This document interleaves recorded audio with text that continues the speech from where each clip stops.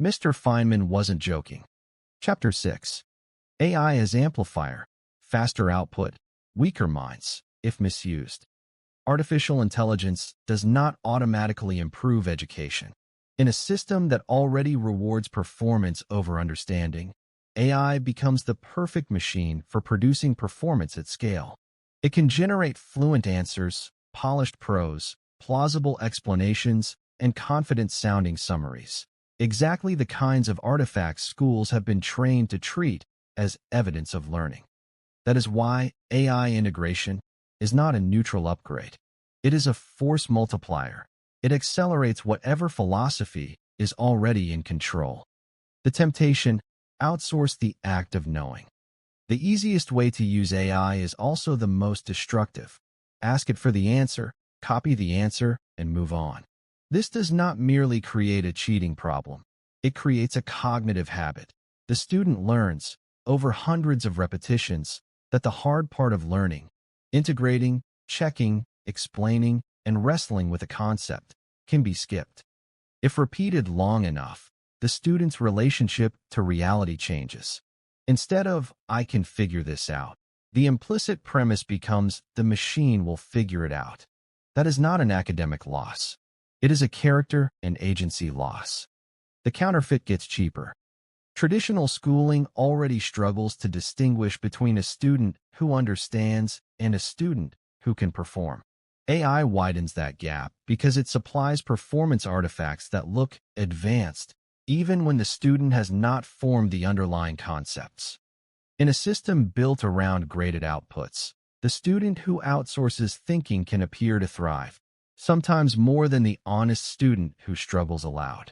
The institution, if it continues to treat outputs as proof, will quietly select for the wrong behavior. Two students, same grade, different minds. Picture two students assigned the same economics essay. Explain how inflation affects different groups in society, and illustrate with one historical example. Student A opens a chatbot, types in the prompt, copies the generated essay, tweaks a few phrases to avoid detection, and turns it in.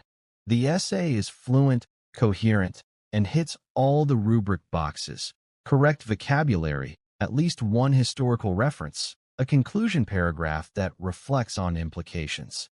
Student A has done almost no cognitive work. The machine manipulated the symbols. The student merely transferred them. Student B struggles for an hour to recall Henry Hazlitt's core insight, that inflation is not a rising of all prices equally, but a hidden tax that benefits some at the expense of others. She sketches how wage earners, savers, and debtors are affected differently, looks up one specific historical episode, and tries to put the pieces together in her own messy prose. Her essay is less polished, but every sentence represents an actual effort to connect a principle to concrete reality. In a system calibrated to reward performance, both essays may receive the same grade, or the AI-assisted one may score higher. To the rubric, they are equivalent artifacts. To reality, they represent opposite mental trajectories. One toward learned helplessness masquerading as sophistication, the other toward conceptual ownership. The new authority problem. One of the quiet substitutions Feynman saw was authority replacing understanding. AI intensifies that risk because it speaks with instant confidence and endless availability. Many students will begin to treat the tool as an oracle, not a system that might help me think, but a system that knows. When that happens, a student can become more dependent even while appearing more capable. The language improves, the mind weakens. Why efficiency can be anti-educational. AI systems are often praised for making learning faster, quicker feedback, simpler explanations, fewer dead ends. But conceptual development is not identical to efficient information delivery. The struggle to integrate, when it is productive struggle rather than confusion by neglect, is often the very process by which a mind earns ownership of an idea. A tool that removes all friction can remove the learning along with it, leaving only the appearance of mastery. AI is the perfect note-taker. For years, Teachers have watched students use notebooks as protective shields, heads down, pens moving, eyes carefully avoiding the front of the room, as if transcription alone could ward off the risk of being asked to think aloud. AI turns that shield into armor. Why dutifully copy every slide when you can upload them to a chatbot, ask for a condensed study guide, and memorize that instead? The cognitive problem is identical.